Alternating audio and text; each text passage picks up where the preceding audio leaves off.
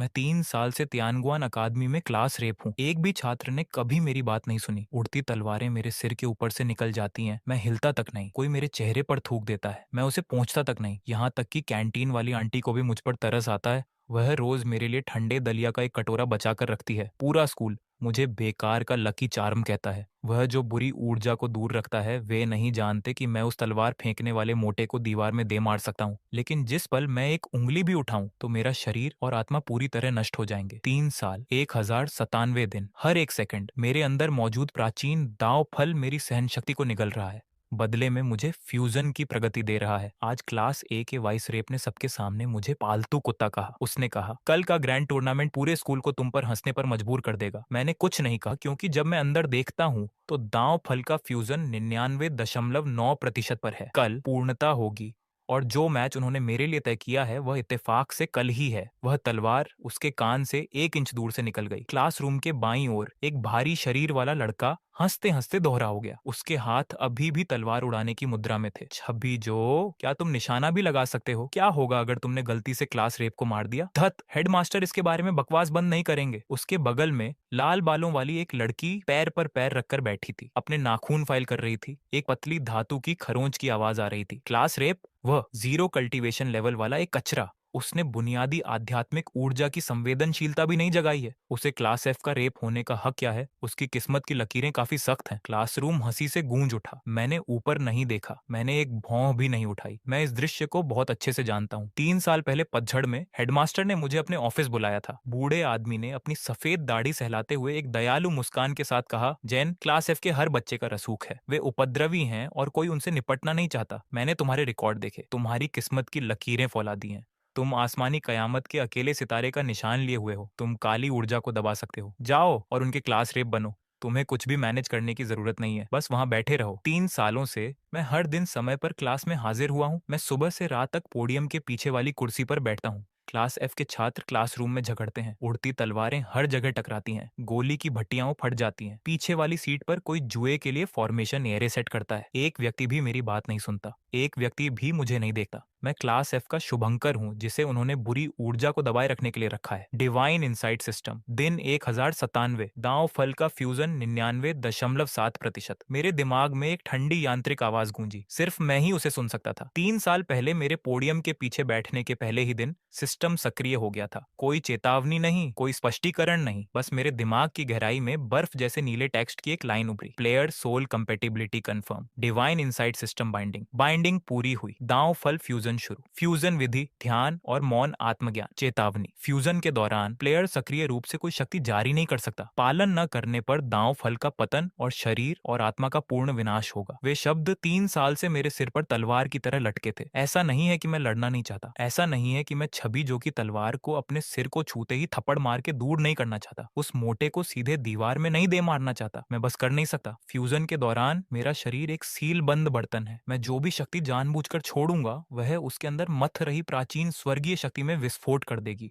तो मैं यहाँ मिट्टी की मूर्ति की तरह, पालतू कुत्ते की तरह, सबके बेकार शुभंकर की तरह बैठा रह सकता हूँ। हे जैन, एक तीखी आवाज मेरे विचारों को काटी है। क्लासरूम के दरवाजे पर क्लास ए की वर्दी में एक लड़का दरवाजे के फ्रेम के सहारे खड़ा था। उसके होठों पर एक उपहास भरा था। मैं धीरे धीरे अपनी नजर उठाता हूँ। मैं उसे जानता हूँ। क्विन, क्लास ए का वाइस रेप, चिन्ह परिवार की मुख्य रक्त रेखा, early phase, nascent soul cultivation, Tianguan अकादमी में टॉप 20 में। उसके पीछे क्लास एफ के 3-4 छात्र थे। उनमें से हर कोई अपनी नाक सिकोड़े हुए था। कल ग्रैंड टूर्नामेंट है। क्विन क्लासरूम में टहलता है। उसकी नजरें क्लास एफ के उपद्रवियों पर पड़ती हैं। उसकी मुस्कान और चौड़ी हो गई। मैं क्लास रेप लुचिन की तरफ से एक संदेश लेकर आया हूँ। अगर क्लास एफ समझदार है तो कल बस वॉकओवर दे दे। स्टेज पर चढ़कर हंसी का पात्र बनने से बच जाओ। क्लासरूम में सन्नाटा छा गया। क्लास एफ के छात्र उपद्रवी हो सकते हैं, लेकिन क्लास ए के सामने उनका आत्मविश्वास जल्दी खत्म हो जाता है। छवि, जो अपनी उड़ती तलवार वापस खींच लेता है। लाल बालों वाली लड़की नाखून फाइल करना बंद कर देती है। पीछे बैठे जुआरी चुपचाप अपने एरे डिस्क हटा लेते हैं। क्या बात है, सब गूंगे हो गए। वह हंसता है। क्लास एफ वास्तव में क्लास एफ है, हारने वालों का झुंड। उनमें से एक भी लड़ाका नहीं है। ओह,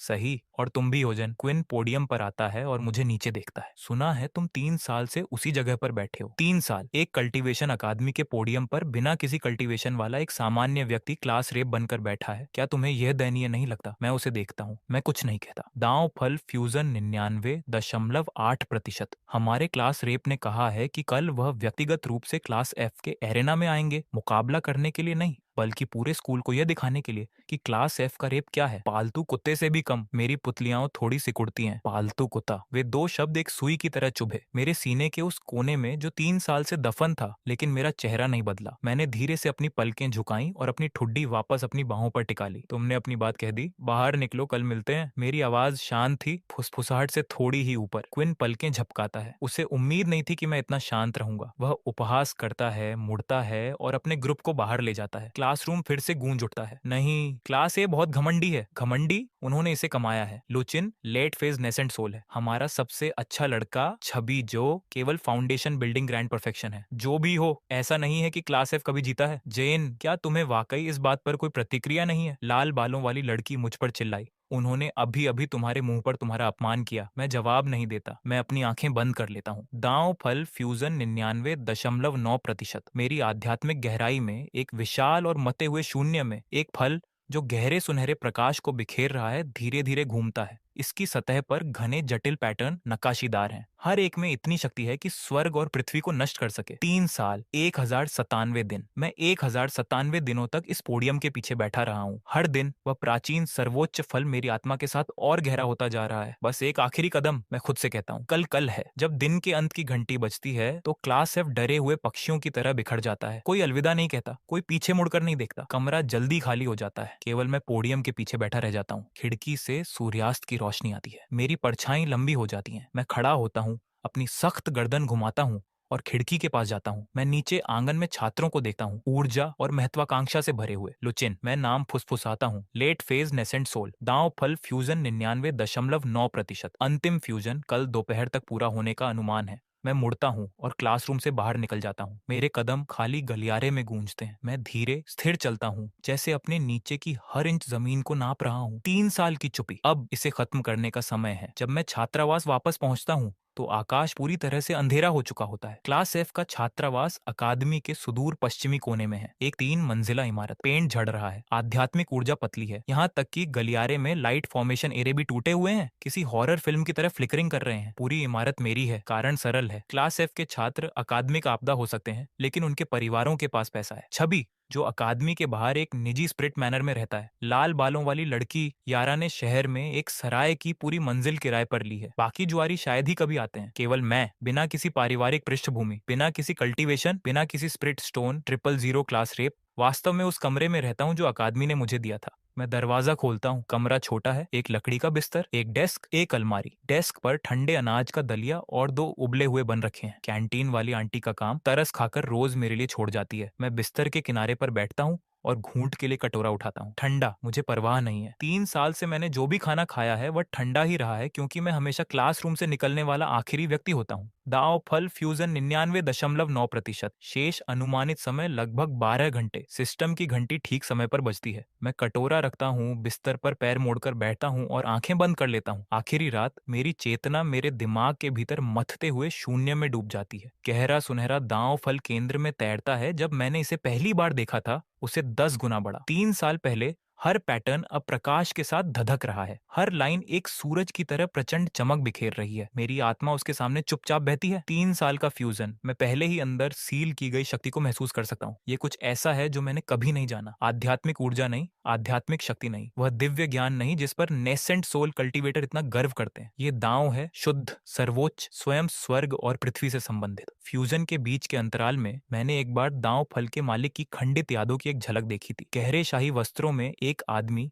9 स्वर्गों के ऊपर खड़ा सभी लोगों को नीचे देख रहा है। एक नजर और तारे ढह जाते हैं। एक सांस और समय रुक जाता है। सभी लोगों का स्वामी। और यह दांव फल स्वर्ग और पृथ्वी के पतन से पहले बनाया गया था। जीवन भर की कल्टीवेशन का अंतिम खजाना अंतहीन युगों तक बहता रहा और अंततः मेरी आत्मा में उतरा। सिस्टम कहता है कि जब फ्यूजन पूरा हो जाएगा तो मुझे स्वर्ग और पृथ्वी की पूर्ण शक्ति विरासत में मिलेगी, पूरी की पूरी। मुझे कोई उत्साह कोई जंगली खुशी महसूस नहीं होती। 3 साल की स्थिरता ने पहले ही हर अतिरिक्त भावना को मिटा दिया है। मेरी मानसिकता अब किसी ऐसे व्यक्ति की तरह है जिसने 3 साल जेल में बिताए हैं। रिहाई की सूचना सुनकर अजीब सी शांति महसूस होती है। जो आना है वह आएगा। जल्दी क्या है। अगली सुबह grand tournament arena central plaza में सेट किया गया है। विशाल पत्थर का प्लेटफॉर्म आधा एकड़ में फैला है। हर किनारे पर सुरक्षा फॉर्मेशन एरे खुदे हुए हैं। प्लाजा के चारों ओर स्टैंड क्लास ई से लेकर क्लास एफ तक पूरी तरह भरे हुए हैं। सभी 6 कक्षाएं, छात्र और मास्टर एक साथ। मैं हमेशा की तरह अपनी फीकी क्लास एफ वर्दी में सबसे आखिरी में पहुंचता हूँ, जेब में हाथ डाले बिना किसी परवाह के टहलते हुए। हर आंख मेरी तरफ झपटती है। उपहास, तरस, जिज्ञासा, उदासीनता। क्लास एफ का बेकार रेप यहाँ है। 3 साल में एक दिन भी ट्रेनिंग नहीं की। ग्रैंड टूर्नामेंट में क्या कर रहा है देखने के लिए मैंने सुना है लुचिन ने उसे खास तौर पर बुलाया है। टस्क, ये तो क्रूर है। मैं सब कुछ अनदेखा कर देता हूँ और सीधे क्लास एफ सेक्शन में चला जाता हूँ। छवि, जो, यारा और क्लास एफ के अन्य सदस्य पहले से ही वहां हैं। जब वे मुझे आते हुए देखते हैं तो उनके चेहरे पढ़ना मुश्किल होता है। स्वागत नहीं, शत्रुता नहीं, बल्कि ऐसा कि तुम यहाँ क्या कर रहे हो। यारा वास्तव में मेरा नाम लेती है। दुर्लभ, उसके लाल बाल सुबह की हवा में उड़ते हैं। जैन, शायद इसमें हिस्सा मत लो। लुचिन, वो आदमी पीछे नहीं हटा। क्या होगा अगर वो खत्म नहीं होता। उसे जरूरत नहीं है। मैं क्लास एफ सेक्शन की आखिरी पंक्ति में गिर जाता हूँ। हमेशा की तरह वही मुद्रा, ठुड्डी को अपनी मुड़ी हुई भुजाओं पर टिकाए हुए, पलकें आधी झुकी हुई। अगर मैं आ गया तो मैं आ गया, मैं कहता हूँ। यारा भौहें सिकोड़ती हैं लेकिन बात छोड़ देती है। टूर्नामेंट परंपरा के अनुसार चलता है। क्लास एफ से ऊपर चढ़ते हुए क्लास एफ बनाम क्लास ई, फिर विजेता का सामना क्लास डी से होता है और इसी तरह। ब्रैकेट खुद को अपमानित करने के लिए डिजाइन किया गया है। क्लास एफ हमेशा सबसे पहले बाहर हो जाता है। हर साल पहला मैच क्लास एफ बनाम क्लास ई। छवि, जो क्लास एफ का सबसे मजबूत, पहले स्टेज लेता है। उसका प्रतिद्वंद्वी क्लास ई का एक लंबा पतला छात्र है। Mid phase foundation building. लड़ाई प्रभावशाली नहीं है। छवि, जो फाउंडेशन बिल्डिंग ग्रैंड परफेक्शन हो सकता है लेकिन उसका मुकाबला अनुभव भयानक है। वह लड़के के फुटवर्क से चक्कर खा जाता है और बमुश्किल अपनी आध्यात्मिक ऊर्जा का उपयोग करके जीत हासिल करता है। क्लास एफ एक बिखरी हुई आधी अधूरी खुशी मनाता है। अगले कुछ दौर खराब जाते हैं, जीत से ज्यादा हार। स्कोर क्लास ई के साथ अंतिम निर्णायक मैच में बमुश्किल बराबरी पर आता है। क्लास एफ से कौन बाकी है। रेफरी मास्टर लिस्ट स्कैन करता है। नजरें आखिरी नाम पर पड़ती हैं। जैन, पूरा एरेना 1 सेकंड के लिए शांत हो जाता है। फिर हंसी फूट पड़ती है। जैन, वह कचरा। क्लास एफ के पास वास्तव में कोई नहीं बचा। क्या मतलब है। क्लास ई जीत गया। मैं अपनी आंखें खोलता हूँ। दांव फल फ्यूजन 100%। टिंग। उस पल मेरे दिमाग में कुछ उठता है। एक स्पष्ट गूंजती आवाज जो पहले से अलग है, जैसे एक दूर की प्राचीन घंटी जोर से बजी हो। मेरी चेतना की गहराई में गहरे सुनहरे प्रकाश का विस्फोट। दांव फल पर हर पैटर्न एक साथ टूट जाता है। असीमित शक्ति एक टूटे हुए बांध की तरह मेरी आत्मा में बहती है। मेरी नसें, हर आखिरी कोशिका। बधाई हो प्लेयर, दांव फल फ्यूजन पूरा हुआ। प्लेयर का वर्तमान दायरा नश्वर, अविकसित, स्वर्गीय पूर्णता, चेतावनी। इस दायरे को अस्थिर करने से शक्ति रिसाव को रोकने के लिए सिस्टम ने स्वचालित रूप से औरा दमन मोड सक्रिय कर दिया है। प्लेयर का बाहरी औंदरा नश्वर स्तर पर रहेगा। मैं धीरे से अपने पैरों पर खड़ा होता हूँ, बिना जल्दबाजी के, हमेशा की तरह। न कोई तेज हवा, न आसमान से संकेत, न चकाचौंध करने वाला सुनहरा प्रकाश। मैं अभी भी फीकी वर्दी में वही दुबला पतला लड़का हूँ। चेहरा खाली, अभिव्यक्ति सपाट, लेकिन केवल मैं जानता हूँ कि मेरे माध्यम से बहने वाली शक्ति इतनी है कि इस पूरी अकादमी को उसके नीचे की जमीन के हर इंच के साथ मिटा सकूं। मैं एरेना की ओर चलता हूँ। मेरी गति स्थिर है, जल्दबाजी नहीं। स्टैंड से हंसी जारी रहती है। एरेना के दूसरी तरफ क्लास ई का आखिरी फाइटर खड़ा है। एक हट्टा कटा आदमी, घनी दाढ़ी, मुझसे 2 गुना बड़ा दिखता है। क्या तुम इसके बारे में सुनिश्चित हो। मैं काफी जोर से मारता हूँ। दाढ़ी वाला आदमी लगभग अनिच्छुक दिखता है। मैं उसे देखता हूँ। 2 सेकंड की खामोशी। फिर मैं अपना दाहिना हाथ उठाता हूँ और उसकी दिशा में अनौपचारिक रूप से लहराता हूँ, जैसे मक्खी भगा रहा हूँ। न आध्यात्मिक प्रकाश, न हाथ की मुद्रा। कल्टीवेटर द्वंद्व से आप जिस तरह के भड़कीले प्रभावों की उम्मीद करते हैं, उनमें से कोई नहीं। मेरी हथेली संपर्क में भी नहीं आती, लेकिन आदमी उड़ जाता है। सटीक रूप से उसके पैरों के नीचे का पत्थर का स्लैब पहले टूटता है, फिर एक अदृश्य बल, जैसे एक विशाल अनदेखा हाथ,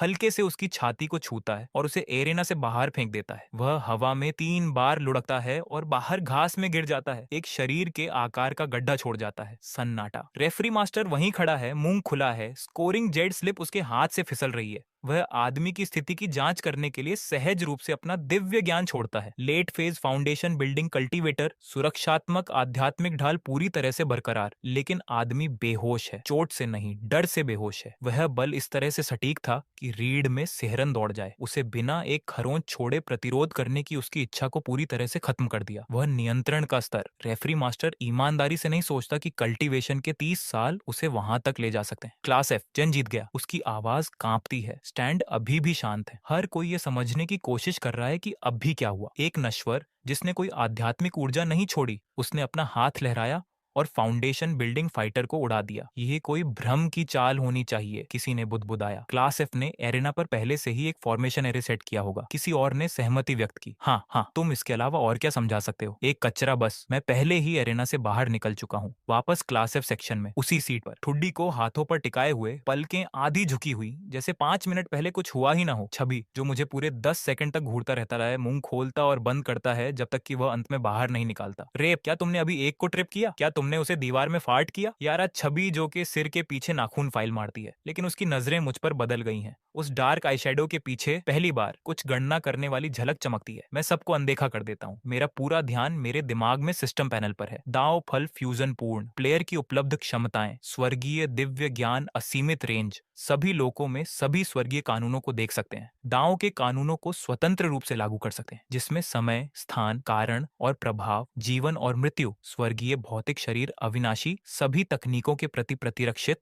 औरा दमन मोड सक्रिय, अधिकतम जारी करने योग्य शक्ति, नश्वर दायरे की छतक सीमित, ट्रिब्यूलेशन क्रॉसिंग ग्रैंड परफेक्शन। इस सीमा से अधिक होने पर स्वर्ग की प्रतिक्रिया होगी। प्लेयर को सावधानी के साथ आगे बढ़ने की सलाह दी जाती है। मैं चुपचाप बैठता हूँ और इस स्वर्गीय शक्ति को एक नश्वर खोल में समाहित करता हूँ, जैसे पूरे महासागर को एक प्याले में डालना। सिस्टम का औरा दमन मोड उस प्याले की दीवारों के रूप में कार्य करता है, जिससे मैं एक सामान्य व्यक्ति से अलग नहीं दिखता। लेकिन प्याला अभी भी एक प्याला है। मैं इस निम्न स्तरीय दुनिया में अपनी पूरी शक्ति जारी नहीं कर सकता, या पूरा क्षेत्र साबुन के बुलबुले की तरह फट जाएगा। दिलचस्प, मैं सोचता हूँ। क्लास एफ के क्लास ई को हराने की खबर शायद ही कोई हलचल मचाती है, क्योंकि अगला प्रतिद्वंद्वी क्लास डी है। क्लास डी का सबसे मजबूत अर्ली फेज गोल्डन कोर है। क्लास एफ से एक बड़ा प्रमुख दायरा ऊपर। अगला दौर क्लास एफ बनाम क्लास डी। रेफरी इसे बुलाता है। क्लास डी की तरफ से एक लड़की आगे बढ़ती है, ऊंची पोनीटेल, कूल्हे पर एक छोटी तलवार, तेज और शांत। वह बिना किसी रोक टोक के अपनी अर्ली फेज गोल्डन कोर दबाव जारी करती है और क्लास एफ सेक्शन के फाउंडेशन बिल्डिंग छात्र पीले पड़ जाते हैं। कौन लड़ रहा है? कोव, छवि जो कुर्सी में सिकुड़ जाता है। यारा दूर देखती है। बाकी लोग ऐसे दिखते हैं जैसे वे गायब होना चाहते हैं। मैं जाऊंगा। मैं फिर खड़ा होता हूँ। रेफरी भौहें सिकोड़ता है। Jain, early phase golden core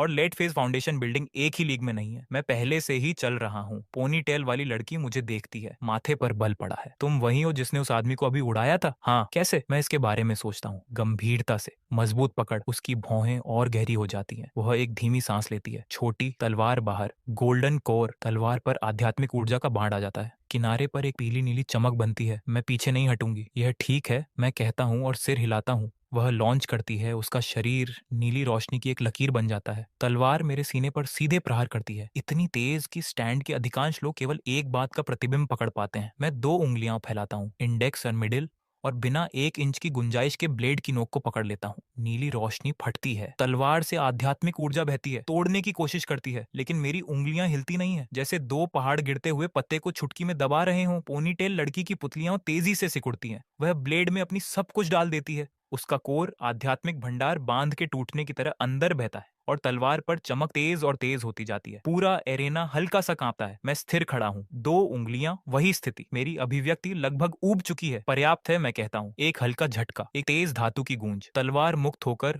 ऊपर आसमान में घूमने लगती है, छाप बनाती है और एरेना के किनारे पत्थर की दरार में मजबूती से समा जाती है। लड़की 3 कदम पीछे हटी है। कलाई सुन्न है। उसके हाथों का वेब फट गया है। खून उसकी उंगलियों के बीच टपक रहा है। वह मुझे घूरती है, छाती फूल रही है। क्या तुम्हारा कल्टीवेशन लेवल क्या है? मैं जवाब नहीं देता। मैं मुड़ता हूँ और एरेना से बाहर निकल जाता हूँ। स्टैंड में हजारों आंखों के पीछे मेरी आवाज उतनी ही सपाट है जैसे मैं मौसम पर टिप्पणी कर रहा हूँ। अगला। इस बार स्टैंड में कोई नहीं हंसता। क्लास ए सेक्शन में पहली पंक्ति में सफेद कपड़ों में एक युवक बिल्कुल शांत बैठा है, चाय का प्याला लिए। लुचिन, क्लास ए का रेप। तियानगुआन अकादमी की निर्विवाद नंबर 1 प्रतिभा। 17 साल में late phase nascent soul. Spirit severing से एक कदम दूर होने की अफवाह। विशेषताएं तेज और परिष्कृत। उपस्थिति ठीक जेड़ जितनी शांत और सुचारू। अकादमी की हर लड़की का सपना। उसका चाय का प्याला उसके होठों के ठीक पहले मंडरा रहा है, कभी उन तक नहीं पहुंचता। उसकी नजर मेरी पीछे हटती हुई पीठ पर टिकी है। दिलचस्प। लुचिन प्याला नीचे रख देता है। एक हल्की मुस्कान। उसके पीछे क्विन का चेहरा लोहे जैसा सख्त है। एक शब्द नहीं। ऐसा लगता है कल का मैच मेरे अनुमान से अधिक मनोरंजक होगा। लुचिन अपना प्याला फिर से उठाता है और सतह पर धीरे से फूंक मारता है। क्लास सी के पास अभी भी क्लास बी और क्लास बी आगे हैं।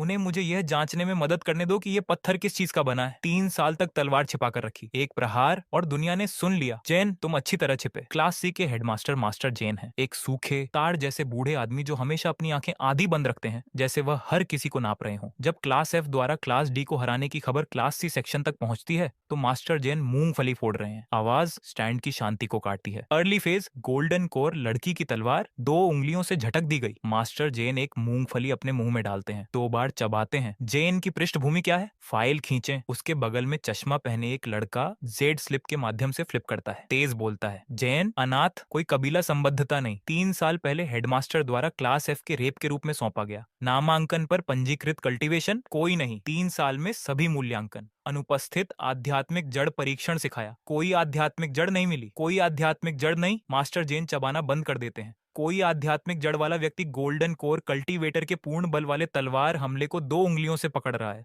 यह अकेले कल्टीवेशन दुनिया के बुनियादी नियमों का उल्लंघन करता है। या तो रिकॉर्ड गलत है या इस व्यक्ति के पास कोई तल नहीं है। कौन ऊपर जा रहा है? मास्टर जैन पूछता है। मास्टर, मैं जाऊंगा। एक चौड़ा युवक अपनी सीट से उठता है, वर्दी भरी हुई मांसपेशियों पर खींच रही है। उसकी गर्दन के साथ एक काला सर्प ड्रैगन टैटू है। क्लास सी का शीर्ष fighter, golden core grand perfection, वे उसे आयरन टावर कहते हैं, रेक्स लू। मास्टर जैन उसे एक नजर देखते हैं और अपना सिर हिलाते हैं। तुम पर्याप्त नहीं हो। रेक्स के चेहरे पर नाराजगी की एक झलक आती है, लेकिन वह बहस नहीं करता। मास्टर जैन का क्लास सी में अधिकारपूर्ण है। अगर वह कहता है पर्याप्त नहीं तो यह अंतिम है। तुम सब जाओ। मास्टर जैन एक और मूंगफली निकालता है। टूर्नामेंट के नियम रोटेशन हमले पर प्रतिबंध नहीं लगाते हैं। पहले निचले रैंक वाले फाइटर्स के साथ उसे थका दो, फिर तुम अंत में जाओ। मैं देखना चाहता हूँ कि यह नश्वर कितने राउंड ले सकता है। क्लास सी बनाम क्लास एफ, पहला मैच शुरू। शब्द रेफरी के मुंह से बमुश्किल निकलते हैं जब क्लास सी का पहला फाइटर चार्ज करता है। लेट फेज फाउंडेशन बिल्डिंग, गति प्रकार तलवार कल्टीवेटर, तेज और क्रूर। तलवार की रोशनी बारिश की तरह नीचे गिरती है। मैं बाईं ओर कदम बढ़ाता हूँ। हर प्रहार मेरी दाईं ओर से निकलता है, पत्थर के फर्श पर टकराकर दरारों की एक साफ लकीर उड़ा देता है। तलवार कल्टीवेटर जम जाता है। उसने एक पूर्ण कवरेज हमला लॉन्च किया। सैद्धांतिक रूप से कोई ब्लाइंड स्पॉट नहीं, लेकिन एक कदम साइड में और मैं सब कुछ पूरी तरह से चकमा देता हूँ। यह गति नहीं है, मैं पहले से ही उस जगह खड़ा था जिसे मारा नहीं जा सकता था। मैं बाहर पहुंचता हूँ और तलवार कल्टीवेटर को माथे पर फ्लिक करता हूँ। उसकी आंखें पीछे की ओर लुढ़क जाती हैं।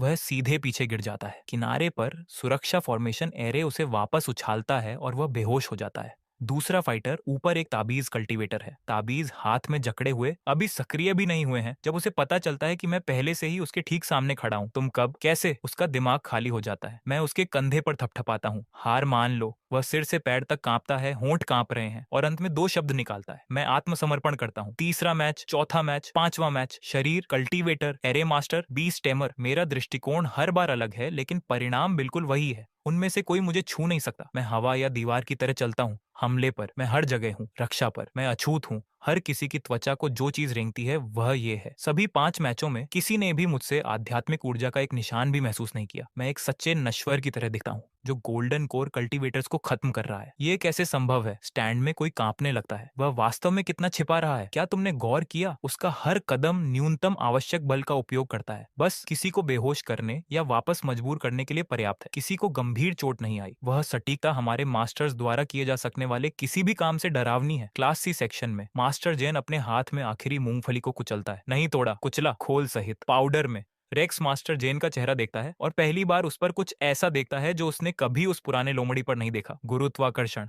मास्टर जैन खड़ा होता है, अपनी पैंट से मूंगफली की धूल झाड़ता है, आवाज धीमी करते हुए, पीछे मत हटो, अपने जीवन भर के खजाने का उपयोग करो। रेक्स एक गहरी सांस लेता है और एरेना पर कदम रखता है। उसकी गर्दन पर काला सर्प ड्रैगन टैटू जीवित हो जाता है। उसकी त्वचा से बाहर निकलकर 30 फुट का स्याही जैसा काला ड्रैगन बन जाता है। ड्रैगन अपना जबड़ा खोलता है और एक गहरी गूंजती धाड़ निकालता है। गोल्डन कोर ग्रैंड परफेक्शन दबाव बाढ़ की तरह बाहर गिरता है। एरेना के चारों ओर पत्थर के स्लैब फटने लगते हैं। पहली पंक्तियों में निचले रैंक वाले छात्र दबाव से पीछे धकेले जाते हैं। चेहरा सफेद, अविश्वसनीय। आयरन टावर अपने नाम पर खरा उतरता है। Golden core grand perfection plus life bound खजाना। यह अर्ली फेज नेसेंट सोल शक्ति है। रेक्स की मुठ्ठियां भिंज जाती हैं। स्याही वाला काला ड्रैगन उसके ऊपर चक्कर लगाता है। 3 पूरी सांसों के लिए कुंडलित होता है। फिर वह गोता लगाता है। ड्रैगन हवा के माध्यम से फट जाता है। इसकी उपस्थिति पूर्ण विनाश का भार उठाती है और सीधे मेरे चेहरे पर खुद को फेंक देती है। मैं अपना सिर उठाता हूँ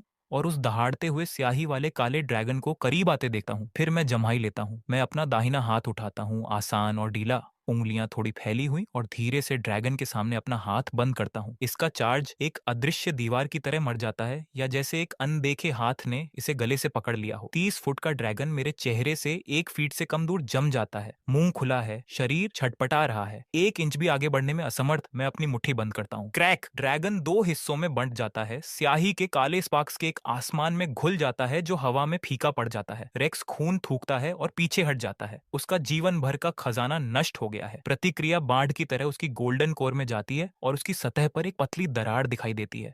रेक्स की आंखें चौड़ी हो जाती हैं। चेहरा अविश्वास में जम गया। मैं अपना हाथ वापस खींचता हूँ और अपनी हथेली को देखता हूँ। मैं थोड़ा भौहें सिकोड़ता हूँ। बहुत ज्यादा बल। मैं रेक्स के पास चलता हूँ, अपनी आस्तीन में पहुंचता हूँ और एक गोली निकालता हूँ। कुछ ऐसा जो कैंटीन वाली आंटी ने मुझे पिछले हफ्ते अपच के लिए दिया था। मैं इसे देखता हूँ, वापस रख देता हूँ। तुम्हारी गोल्डन कोर टूट गई है, अब मास्टर के पास जाओ। मैं मुड़ता हूँ और एरेना से बाहर निकल जाता हूँ। क्लास सी सेक्शन पूरी तरह से शांत है। मास्टर जेन वहीं खड़ा है जहां वह था, हाथ अभी भी मूंगफली पकड़े हुए स्थिति में, लेकिन उसका हाथ खाली है। वह मेरी पीठ को घूरता है। उसके पतले चेहरे पर झुर्रियां तंग हो जाती हैं। यह बच्चा, वह बुदबुदाता है, वह आखिर है क्या? क्लास एफ सेक्शन फट पड़ता है। छवि जो अपनी सीट से कूदता है, उसका हर हिस्सा लहर की तरह कांप रहा है। रेप! उसने आयरन टावर के लाइफ बाउंड खजाने को कुचल दिया, एक हाथ से कुचल दिया। शांत हो जाओ यारा। छवि जो के कंधे को पकड़ती है, लेकिन उसका खुद का हाथ भी कांप रहा है। क्या वह 3 साल पहले इतना मजबूत था, या वह इस पूरे समय कल्टीवेशन कर रहा था? मुझे कैसे पता होगा? उससे पूछो। वे दोनों एक ही समय में मुझे देखने के लिए मुड़ते हैं। पहले ही अपनी सीट पर वापस आ गया हूँ, ठुड्डी को हाथों पर टिकाए हुए, पलकें आधी बंद, पहले जैसा। एकमात्र अंतर यह है कि किसी बिंदु पर मेरे बगल में गर्म चाय का एक प्याला दिखाई दिया है, यारा द्वारा डाला गया। क्लास बी सेक्शन में माहौल वैसे ही है। क्लास एफ हमारा अगला प्रतिद्वंद्वी है। क्लास बी का रेप स्टोन स्टैंड के किनारे खड़ा है, हाथ बंधे हुए, आंखें अंधेरी और एरेना पर टिकी हुई हैं। सभी पूर्ण युद्ध तत्परता। अपने सर्वोत्तम खजाने लाओ। सच में स्टोन क्लास एफ के खिलाफ? किसी ने सवाल किया। स्टोन मुड़ता नहीं है। तुम्हें लगता है कि वह आदमी अभी भी क्लास एफ जैसा दिखता है? उसके बाद कोई नहीं बोलता। इस बीच क्लास ए सेक्शन की पहली पंक्ति में लुचिन अपना प्याला रिफिल करता है। क्लास सी भी नहीं रोक सका। क्विन की आवाज आती है। लुचिन कुछ नहीं कहता, बस धीरे से ढक्कन के साथ चाय की पत्तियों को हिलाता है। उसकी आंखें एक शिकारी की तरह उज्जवल हैं, जिसने अभी अभी ऐसा शिकार देखा है जिसे उसने कभी नहीं देखा। स्टोन एक चतुर आदमी है। जिस पल रेक्स ने अपना लाइफ बाउंड खजाना एक हाथ से कुचला था, स्टोन आमने सामने की लड़ाई का विचार छोड़ देता है। Golden core grand perfection plus life bound खजाना, और ये एक राउंड भी नहीं चला। क्लास बी में कोई भी रेक्स से ज्यादा नहीं कर सकता, लेकिन चतुर लोग स्मार्ट तरीके से लड़ते हैं। सुनो, स्टोन क्लास बी के 8 फाइटर्स को इकट्ठा करता है, आवाज धीमी। उसके कल्टीवेशन लेवल को भूल जाओ। टूर्नामेंट के नियम स्पष्ट हैं। टीम मैच, 3 में से सर्वश्रेष्ठ प्रति टीम 5। जन कितना भी मजबूत हो, वह अभी भी केवल एक व्यक्ति है। क्लास एफ के बाकी लोग फाउंडेशन बिल्डिंग स्क्रब के अलावा कुछ नहीं है। रणनीति सरल है। हम में से 5 एक लक्ष्य पर ध्यान केंद्रित करते हैं। हम जेन के पीछे नहीं जाते, हम उसके साथियों के पीछे जाते हैं। जेन के आगे बढ़ने से पहले उन्हें बाहर निकालो, और भले ही वह अजेय हो, यह एक बनाम 5 हो जाता है। वह जीत नहीं सकता। 3 में से सर्वश्रेष्ठ अकेला। क्लास बी के फाइटर्स एक दूसरे को देखते हैं, आंखें चमक रही हैं। शानदार स्टोन, वह कितना भी मजबूत हो, वह 4 मृत वजन के लिए नहीं लड़ सकता। स्टोन मुस्कुराता है। क्लास एफ, 5 लोगों को एक साथ खरोंच कर लाना पहले से ही एक खिंचाव है। वह छवि जो फाउंडेशन बिल्डिंग ग्रैंड परफेक्शन है, लेकिन उसने पहले ही कई राउंड लड़े हैं। आध्यात्मिक ऊर्जा आधे से ज्यादा खत्म हो गई है। तीसरी बाल वाली लड़की यारा मिड फेज फाउंडेशन बिल्डिंग है। हथियार लोहार पृष्ठभूमि, करीबी मुकाबला मूल्य 0। बाकी लोगों ने फाउंडेशन बिल्डिंग को भी नहीं छुआ है। मैं तुम्हें उसके साथियों को मिटाने के लिए 10 सेकंड दे रहा हूँ, फिर हम पांचों जेन को घेर लेते हैं और रुक जाते हैं। वह एक एरेना में 5 लोगों को नहीं मार सकता। टूर्नामेंट में उसके बैंड को मारना, जितना जोर से वह मारता है उतने ही अधिक अंक वह खो देता है। टीम मैच, क्लास एफ बनाम क्लास बी, प्रतिपक्ष 5। जब रेफरी नियमों की घोषणा करता है तो क्लास एफ सेक्शन थोड़े समय के लिए शांत हो जाता है। मैं चारों ओर देखता हूँ। छवि जो अपनी कुर्सी में झुक गया है, जोर जोर से सांस ले रहा है। उन आखिरी कुछ मैचों ने उसे सूखा दिया। यारा रेलिंग पर झुकती है, अपने नाखून फाइल करती है। सतह पर शांत दिखती है, लेकिन फाइल सामान्य से 2 गुनी गति से चल रही है। पीछे वाली पंक्ति में 3 जुआरी एक दूसरे को देखते हैं। उनमें से एक पहले से ही पैक कर रहा है, भागने के लिए तैयार है। जो यारा। मैं खड़ा होता हूँ। मैं पीछे की पंक्ति में 3 में से 2 जुआरियों की ओर इशारा करता हूँ। तुम दोनों मेरे साथ। उनमें से एक दुबला पतला तीखे चेहरे वाला लड़का खुद की ओर इशारा करता है। रेप। मैं बमुश्किल अर्ली फेज फाउंडेशन बिल्डिंग हूँ। क्लास बी का सबसे कमजोर fighter foundation building grand perfection है। बस ऊपर जाओ, बाकी सब कुछ इसे मुझ पर छोड़ दो, मैं कहता हूँ। दुबला पतला लड़का और बहस करने की कोशिश करता है, लेकिन उसका सहपाठी उसका हाथ पकड़ लेता है। सहपाठी एक सिर हिलाता है जो सब कुछ कहता है। क्या तुमने अभी वे आखिरी मैच नहीं देखे? बस इस आदमी का पालन करो और सब ठीक हो जाएगा। हम पांचों ऊपर चलते हैं। हमारे सामने स्टोन क्लास बी के 4 फाइटर्स को स्थिति में ले जाता है। उन पांचों में से गोल्डन कोर दायरा एक तंग वेज फॉर्मेशन में बंद है। आध्यात्मिक प्रकाश उनके बीच बुना हुआ है। Aura razor sharp. स्टोन पीछे खड़ा है, हाथ पीछे बंधे हुए, किसी ऐसे व्यक्ति की आत्मविश्वासी मुस्कान जिसके पास योजना है। रेफरी झंडा उठाता है। शुरू। झंडा गिरते ही पांचों क्लास बी फाइटर्स चलते हैं, लेकिन उनका लक्ष्य मैं नहीं हूँ। वेज का बिंदु सीधे क्लास एफ के बाएं फ्लैंक में ड्राइव करता है, जहां दुबला पतला लड़का और जुआरी खड़े हैं। Early phase foundation building fighters. 5 golden core cultivators के सामने कागजी लक्ष्य। स्टोन की रणनीति पूरी तरह से निष्पादित होती है। 5 सुनहरी रोशनी की लकीरें बिजली की तरह आगे बढ़ती हैं। लक्ष्य पर लॉक। लॉन्च से निकट प्रभाव तक पूरी तरह से समन्वित। 2 सेकंड के नीचे फिर वे किसी चीज से टकराते हैं। कच्ची ताकत नहीं, यह मैं हूं। कोई भी ट्रैक नहीं कर सकता कि मैं कैसे चला। 1 सेकंड में हमारे फॉर्मेशन के केंद्र में खड़ा हूं। अगले ही पल मैं दुबले पतले लड़के और जुआरी के सामने हूं। जेब में हाथ डाले, अभिव्यक्ति सपाट। पांचों सुनहरी लकीरें एक साथ मुझसे टकराती हैं। बम। आध्यात्मिक ऊर्जा का विस्फोट एरेना के किनारे की पत्थर की रेलिंग को फाड़ देता है। सुरक्षा एरे धुएं और धूल के माध्यम से बेतहाशा स्ट्रोब करते हैं। पांचों क्लास बी फाइटर्स पीछे हटे हैं। आंखें विस्फोट केंद्र पर टिकी हैं। धूल साफ हो जाती है। मैं अभी भी खड़ा हूँ। मेरी वर्दी पर राख की कुछ लकीरें। कुछ नहीं, एक खरोंच भी नहीं। मैं अपनी वर्दी पर राख को नीचे देखता हूँ और भौहें सिकोड़ता हूँ। मैं इसे अपने हाथ से झाड़ देता हूँ। यह वर्दी 3 साल पुरानी है। मैं वापस घूरते हुए पांचों क्लास बी फाइटर्स को ऊपर देखता हूँ। मेरी आवाज में वास्तविक झुंझलाहट का एक धागा है। तुम इसके लिए भुगतान कर रहे हो। स्टोन की पुतलियां तेजी से सिकुड़ती हैं। 5 गोल्डन कोर कल्टीवेटर्स का संयुक्त हमला मेरी वर्दी को भी नुकसान नहीं पहुंचा सका। ये गोल्डन कोर जो समझा सकता है उससे परे है। नेसेंट सोल नहीं, यहाँ तक कि लेट फेज नेसेंट सोल भी उस प्रहार को इतनी आसानी से टैंक नहीं कर पाएगा। बिखर जाओ, स्टोन भौंकता है। पांचों क्लास बी फाइटर्स 5 अलग अलग दिशाओं में लॉन्च होते हैं, जगह खोलने की कोशिश करते हैं। स्टोन की रणनीति तुरंत योजना 2 में बदल जाती है। अगर क्लास एफ के साथियों को मिटाना असंभव है तो बिखराव करो। टीम मैच समय सीमा का उपयोग करके घड़ी चलाने के लिए। यदि 20 मिनट में कोई विजेता तय नहीं होता है तो यह एक ड्रा है। मैं पांचों क्लास बी फाइटर्स को हर दिशा में बिखरते देखता हूँ। 1 सेकंड की खामोशी। फिर मैं अपना दाहिना हाथ उठाता हूँ। 5 उंगलियां फैली हुई और फ्लिक। 5 अदृश्य ताकतें एक साथ लॉन्च होती हैं। 5 अलग अलग लक्ष्यों को मारती हैं। 5 अलग अलग दिशाओं में पूरी गति से चलती हैं। 5 दबी हुई टक्करें लगभग एक ही पल में फूटी हैं। स्टोन को ऐसा लगता है जैसे घोड़े से खींची जाने वाली गाड़ी सीधे उसकी छाती से टकरा गई हो। वह उड़ जाता है, सुरक्षा फॉर्मेशन की बाधा से जोर से टकराता है और जमीन पर गिर जाता है। वह खुद को ऊपर धकेलने के लिए संघर्ष करता है। मुंह खून से भरा हुआ, दृष्टि धुंधली हो रही है और देखता है कि उसके अन्य 4 साथी पहले से ही एरेना में हर दिशा में पड़े हुए हैं। सभी शुरू से अंत तक नीचे हैं। 10 सेकंड के नीचे स्टोन अपनी पीठ के बल लेटा है। ऊपर खुले नीले आसमान को घूर रहा है। उसे अचानक हिट करता है। वे सभी रणनीति उसने जो योजना बनाई थी, वे चींटियों की तरह थे जो ये बहस कर रहे थे कि हाथी को कैसे गिराया जाए। क्लास एफ जीत गया। रेफरी की आवाज कांपती है। स्टैंड पहले से ही मौन के परे चले गए हैं। ये दम घोंटने वाला है। हजारों छात्र और दर्जनों मास्टर एक साझा दहशत में गिर जाते हैं जो उनके द्वारा जाने वाले हर ढांचे को तोड़ देता है। क्लास एफ का बेकार रेप जिसने 3 साल तक बेंच गर्म की, उसने शुरू से अंत तक class E, class D, class C और क्लास बी के पूरे रोस्टर को नीचे गिरा दिया है। कोई पहचान योग्य तकनीक उपयोग नहीं की गई। एक भी पता लगाने योग्य आध्यात्मिक ऊर्जा लहर जारी नहीं की गई। मैं एक ग्लिच की तरह हूँ। पूरी कल्टीवेशन दुनिया में एक अनुचित नियम तोड़ने वाला ग्लिच, और अगला रेफरी जोर से निगलता है और आखिरी लाइन को मशीन की तरह पढ़ता है। क्लास एफ बनाम क्लास ए। प्लाजा में हर आंख एक साथ क्लास ए सेक्शन की ओर मुड़ती है। लुचिन अपना चाय का प्याला नीचे रखता है और खड़ा हो जाता है। सफेद वस्त्र बर्फ की तरह, कंधे तक बाल। उसका लेट फेज नेसेंट सोल दबाव वसंत की हवा की तरह शांत बाहर निकलता है। उससे पहले के फाइटर्स के आक्रामक प्रदर्शनों की तरह नहीं। लुचिन की उपस्थिति स्थिर और निहित है। अभी भी पानी अथाह गहरा है। वह एरेना की ओर बिना जल्दबाजी के चलता है।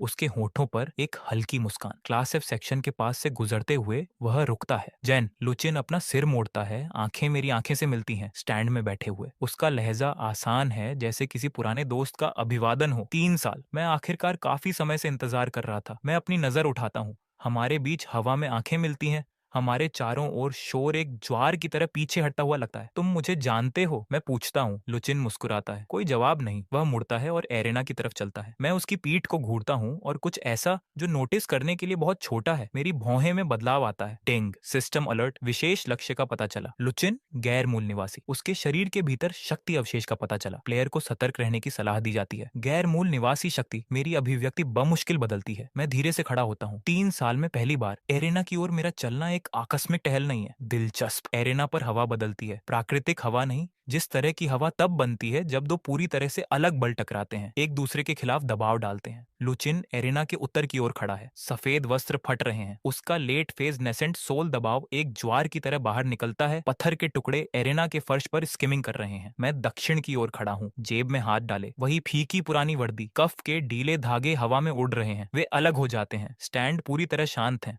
हजारों आंखें एरेना पर टिकी हैं। यहाँ तक कि सांस लेना भी जानबूझकर रोका गया है। पूर्ण प्रभुत्व के 4 राउंड ने पहले ही हर किसी की समझ को तोड़ दिया है कि क्या संभव है। और अब खड़े होकर अक्रॉस मुझसे सबसे मजबूत छात्र, जिसे तियानगुआन अकादमी ने 300 वर्षों में पैदा किया है। शुरू। रेफरी झंडा उठाता है। आवाज तंग है। झंडा गिरता है। लुचिन हिलता नहीं है, न मैं। 3 सेकंड, 5, 10, 2 मूर्तियां स्टैंड में। कुछ लोग हिलना शुरू कर देते हैं, लेकिन अधिक लोग अपनी सांस रोक लेते हैं। वे एरेना पर हवा को मोटा महसूस कर सकते हैं, जैसे कुछ अदृश्य बन रहा है, सूझ रहा है, टूटने वाला है। लुचिन पहले बोलता है। मैं तुम्हें 3 साल से देख रहा हूँ, उस पहले दिन से ही जब तुम उस पोडियम के पीछे बैठे थे। उसकी आवाज शांत है, जैसे कोई तथ्य बता रहा हो। 3 साल पहले तुम्हारे पास कोई कल्टीवेशन औंदरा नहीं था, लेकिन तुम्हारी आत्मा की आवृत्ति इस दुनिया में किसी और से अलग थी। मैं इसका वर्णन कैसे करूं? एक मिट्टी की गेंद में सूरज को भरने जैसा। क्या तुम्हें वास्तव में लगा कि मिट्टी प्रकाश को छिपा सकती है? मैं जवाब नहीं देता, लेकिन मेरी भौहें गहरी हो जाती हैं। आत्मा की आवृत्ति तियानगुआन अकादमी की कल्टीवेशन प्रणाली से कोई अवधारणा नहीं है। इस निम्न स्तरीय दायरे में कल्टीवेटर मुश्किल से समझा सकते हैं कि आत्मा क्या है। अकेले सटीक रूप से इसके कंपन को महसूस करने दें, जब तक कि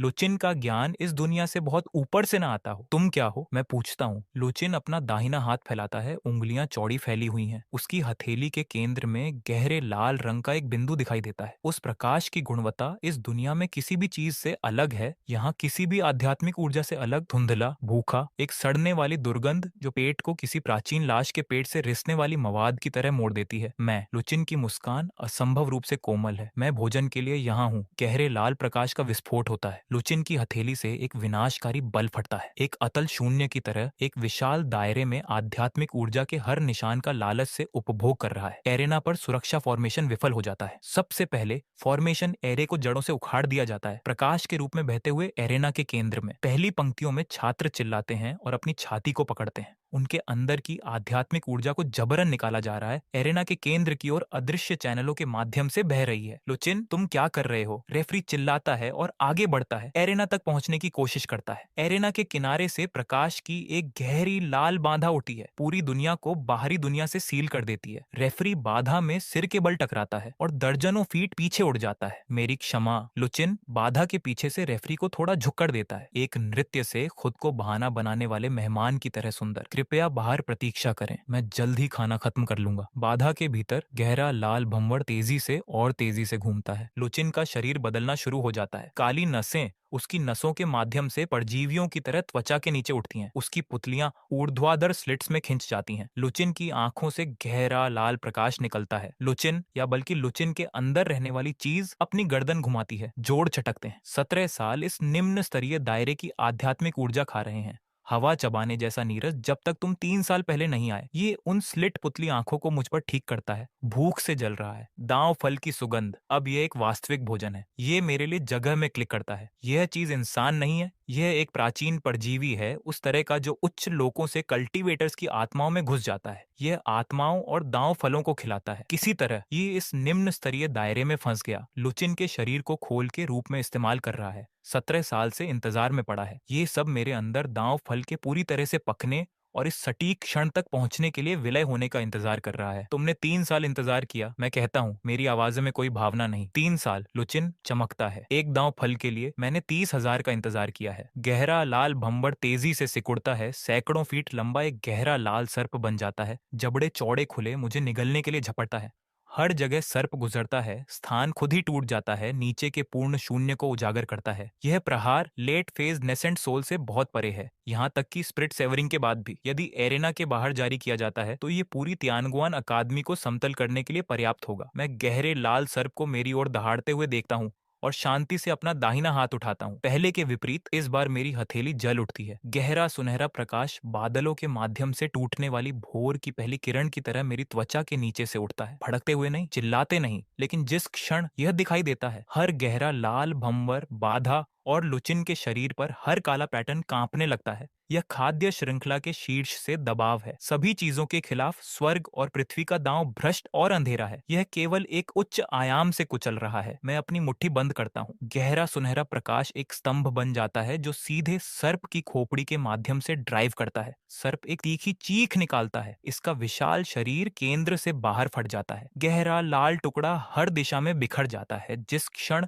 वे जमीन से टकराते हैं, उबलते पानी में गिरने वाले बर्फ के टुकड़ों की तरह गायब हो जाते हैं। लुचिन की मुस्कान अंततः जम जाती है। नहीं, असंभव। वह पीछे हट जाता है। उसके पैर के नीचे पत्थर का स्लैब टूट जाता है। एक दांव फल अभी अभी फ्यूज हुआ है। शुद्धता इतनी अधिक कैसे हो सकती है? तुमने पहले ही इसे पूरी तरह से महारत हासिल कर ली है। मैं जवाब नहीं देता। एक कदम आगे बढ़ाओ, बस एक। लेकिन जब वह कदम जमीन पर आता है तो पूरा एरेना बंद हो जाता है और किनारे से किनारे तक गहरे लाल बाधा से मकड़ी के जाले की तरह टूट जाता है। लुचिन के अंदर का परजीवी मौत को महसूस करता है। यह लड़ना शुरू कर देता है।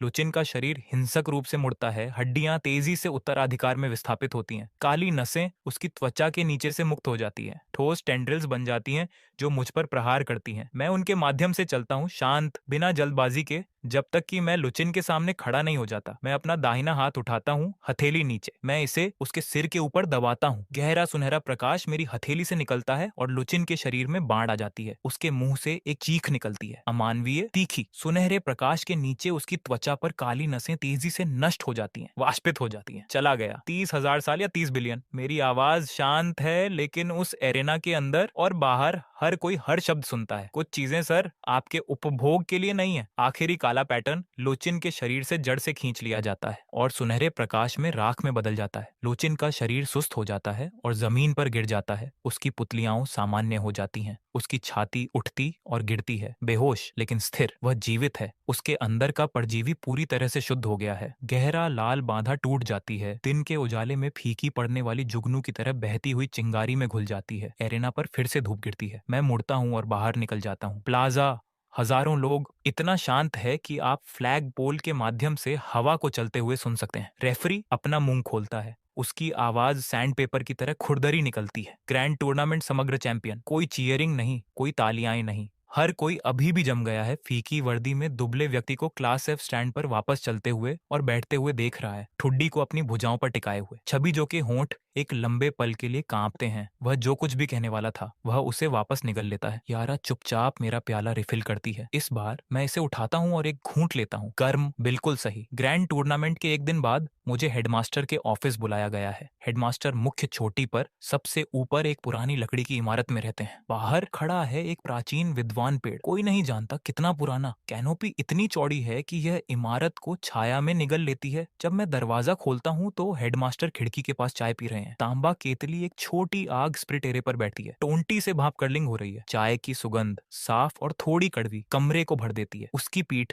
दरवाजे की ओर है। सफेद बाल ढीले, फ्रेम झुका हुआ। 3 साल पहले मुझे बुलाने वाले दिन से अलग नहीं दिख रहा है। बैठो। वह मुड़ता नहीं है। मैं डेस्क के पार वाली सीट लेता हूँ। डेस्क पर 2 खुरदरे मिट्टी के कटोरे पहले से ही भरे हुए हैं। मैं एक उठाता हूँ और एक धीमी घूंट लेता हूँ। चाय मेरी गर्दन के नीचे गर्म बहती है। आध्यात्मिक ऊर्जा मेरी नसों में फैल रही है। यह कोई साधारण चाय की पत्ती नहीं है। आध्यात्मिक ऊर्जा सांद्रता अकादमी में कहीं और से 100 गुना अधिक है। बेशक मेरे लिए अब यह सादे पानी से अलग नहीं है। हेडमास्टर मुड़ता है, अपना कटोरा मेरे सामने वाली सीट पर ले जाता है। आंखें धुंधली और पीली, पलकें ढीली लटकी हुई हैं। एक नजर में बस उसके अंतिम दिनों में एक घिसा पिटा बूढ़ा आदमी। लेकिन मैं एक विस्तार पर ध्यान देता हूँ। उसका कटोरा पकड़े हुए हाथ पूरी तरह से स्थिर है, अप्राकृतिक रूप से स्थिर। उसकी उम्र के आदमी के पास कम से कम कुछ कंपन होना चाहिए। कल तुमने जो किया, अच्छा। वह अपनी चाय के पार फूंक मारता है। लुचिन के अंदर की चीज मैं इसे 7 साल से देख रहा हूँ। मैं अपना कटोरा नीचे रखता हूँ। आपको पहले दिन से पता था जब यह लुचिन के शरीर में घुस गया था। वह बच्चा केवल 10 साल का था। उसका लहजा पूरी तरह से सपाट है, जैसे ऐसी चीज पर चर्चा कर रहा हो जिसका उससे कोई लेना देना नहीं है। 10 साल का बच्चा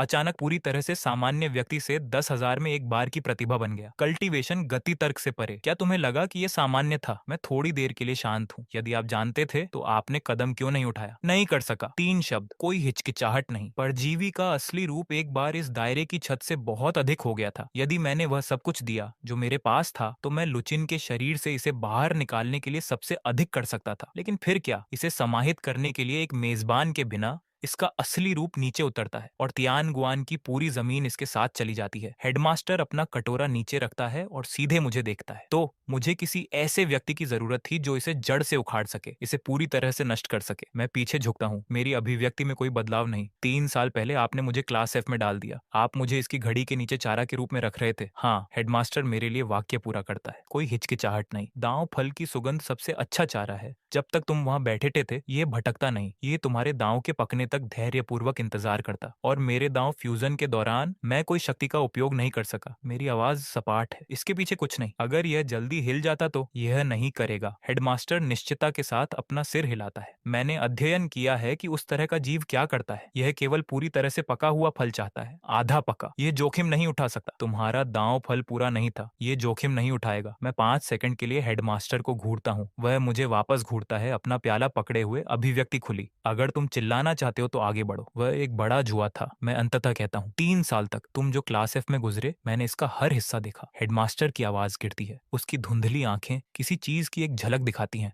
अपराध बोध व मुश्किल दिखाई देता है। उड़ती तलवारें, मौकेरी, ठंडी बेंच, ठंडा दलिया, ठंडे बन, वह सब एक कर्ज है जो मैं तुम्हारा आड़नी हूँ। लेकिन मेरे पास कोई अन्य विकल्प नहीं था। इस दायरे में एकमात्र चीज जो इसे मार सकती थी वह स्वर्ग और पृथ्वी का दांव था। कमरा थोड़ी देर के लिए शांत हो जाता है। हवा पुरानी विद्वान पेड़ को बाहर हिलाती है। पत्तियां सरसराहट करती हैं। कुछ खिड़की के माध्यम से बहती हैं और डेस्क पर उतरती हैं। तुम्हारा कल्टीवेशन लेवल, मैं कहता हूँ विषय को बदलते हुए, ये सिर्फ इस दायरे की छत नहीं है ना? हेडमास्टर रुकता है। फिर वह मुस्कुराता है। उसकी झुर्रियां उसके पूरे चेहरे पर गहरी हो जाती हैं। एक पल के लिए एक दयालु और सामान्य बूढ़े आदमी से ज्यादा कुछ नहीं दिखता। तुम्हारी धारणा मेरी उम्मीद से कहीं ज्यादा तेज है। वह अपना कटोरा नीचे रखता है। कोई और छिपाना नहीं। उसके भीतर से कुछ रिलीज होता है। आध्यात्मिक ऊर्जा नहीं, आध्यात्मिक शक्ति नहीं, बल्कि कुछ पुराना और गहरा। अगर मेरा दांव फल दोपहर में सूरज है तो हेडमास्टर से जो ऊपर उठता है वह वही है जो सूर्यास्त के बाद क्षितिज पर रहता है। बेहोश लेकिन एक बार शानदार। ट्रिब्यूलेशन क्रॉसिंग लेट फेज, मैं कहता हूँ।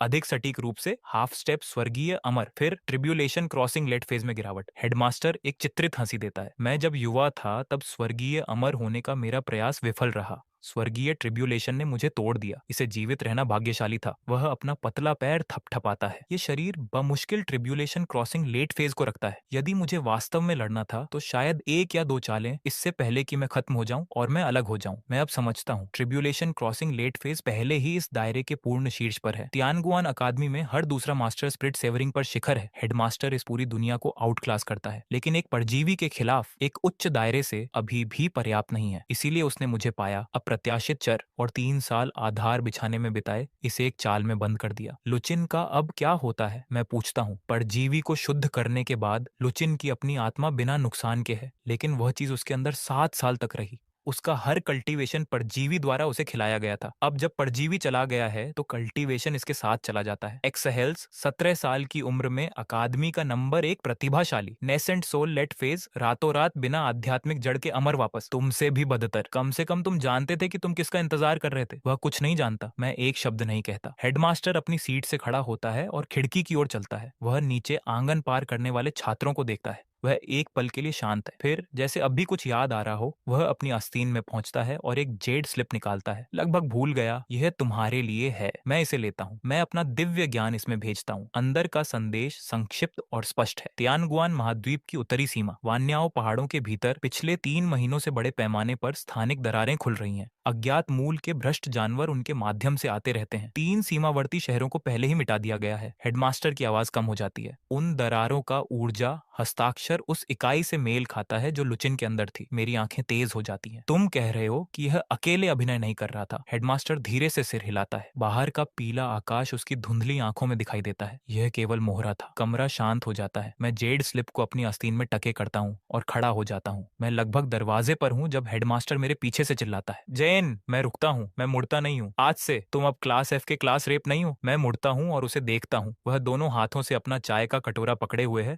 उसकी मुस्कान में अपराध बोध का एक शांत निशान और राहत की पूरी बहुत कुछ है। 3 साल पर्याप्त है। उठने और चलने का समय है। मैं कुछ नहीं कहता। मैं दरवाजा खोलता हूँ और चला जाता हूँ। पुराने टिड्डी पेड़ से एक पत्ता मेरे कंधे पर गिरता है। हवा इसे ले जाती है। मैं सीढ़ियों से नीचे और गलियारे के माध्यम से चलता हूँ। मैं अकादमी के मुख्य पथ पर भीड़ के माध्यम से चलता हूँ। धूप मेरे चेहरे पर पड़ती है, मुझे स्क्विंट करने के लिए काफी उज्जवल। मैं अपनी आंखें संकीर्ण करता हूँ और 2 लोगों को पास की एक पत्थर की बेंच पर बैठा देखता हूँ। छवि जो और यारा, जो के सीने पर स्नैक्स का एक बड़ा बैग है। उसकी गाल पूरी तरह भरी हुई है। यारा पैर मोड़कर बैठी है, अपने नाखून फाइल कर रही है। जब वह मुझे बाहर आते हुए देखती है तो फाइल रुक जाती है। रेप जो चिल्लाता है, भोजन द्वारा मफल्ड। हेडमास्टर क्या चाहता था? क्या वह प्रमोशन था? क्लास से रेप नहीं। रुको, छात्र परिषद अध्यक्ष। चुप रहो। यारा ने छवि जो के माथे के खिलाफ अपनी नाखून फाइल टैप की। मुंह भरकर बात मत करो, ये घृणित है। जो अपने माथे पर हाथ रखता है और सल्क्स करता है जैसे वह निगलता है। मैं उन्हें दोनों आश्चर्यचकित देखता हूँ। क्या तुम मेरा इंतजार कर रहे थे? तुम्हारा इंतजार नहीं, यारा कहती है। वह नाखून फाइल को अपनी कमर पर वापस क्लिप करती है, अपने हाथ बांधती है और दूर देखती है। बस गुजर रहे हैं रेप। वह झूठ बोल रही है, जो उसे तुरंत धोखा देता है। वह यहाँ बैठी है जब से तुम हेडम के ऑफिस में चले गए। ये लगभग 1 घंटा है। नाखून फाइल का एक और टैप सीधे उसकी खोपड़ी पर। मैं उसे कॉल नहीं करता। मैं बस बेंच के पास चलता हूँ। मैं एक यात्रा पर बाहर जा रहा हूँ। यारा की फाइल अभी भी हो जाती है, जो चबाना भूल जाता है। कहाँ? यारा पूछती है। उत्तर, वान्याओ पर्वत। वान्याओ पर्वत जो बेंच से लगभग लॉन्च होता है। रेप, क्या तुम अपने दिमाग से बाहर हो? वह जगह अभी एक खून का स्नान है। 3 सीमावर्ती शहरों को भ्रष्ट जानवरों द्वारा मिटा दिया गया है। एक भी जीवित नहीं बचा। स्पिरिट सेवरिंग दायरे के कल्टीवेटर्स अंदर गए और कभी वापस नहीं आए। मैं धीमा नहीं होता तो मैं जाकर देखूंगा। रुको। यारा खड़ी हो जाती है। वह कुछ त्वरित कदमों में पकड़ लेती है। उसकी लाल पोनीटेल उसके पीछे बह रही है। वह सामना करने के लिए मुड़ती है। मेरा रास्ता अवरुद्ध करती है। हमें अपने साथ ले जाओ। मैं उसे नीचे देखता हूँ। यारा मुझसे पूरा सिर छोटा है। वह अपना चेहरा ऊपर झुकाती है और घूरती है। उसकी आंखें डार्क लाइनर के नीचे उज्जवल हैं और उनमें कुछ ऐसा जो मैंने क्लास एफ में किसी भी चेहरे पर कभी नहीं देखा। ईमानदारी। Mid face foundation building. मैं कहता हूँ वान्याओ पहाड़ों में सबसे कमजोर भ्रष्ट जानवर गोल्डन कोड चरण के हैं। तुम वहां बेकार होगे और तुम मुझे धीमा कर दोगे। यारा एक बार पलकें झपकाती है। उसका जबड़ा सख्त हो जाता है। 3 साल, वह कहती है, आवाज धीमी जैसे वह नहीं चाहती कि कोई और सुने। तुम उस पोडियम के पीछे 3 साल तक बैठे रहे। जो ने तुम पर उड़ती तलवारें फेंकी। उन झरफ्रिक ने तुम्हें हवा की तरह माना। मैंने डेस्क पर अपनी नाखून फाइल स्क्रैप की, सिर्फ तुम्हें परेशान करने के लिए। 3 साल, और एक व्यक्ति ने तुम्हारे बारे में लानत नहीं दी। अब तुम छोड़ रहे हो और लानत है।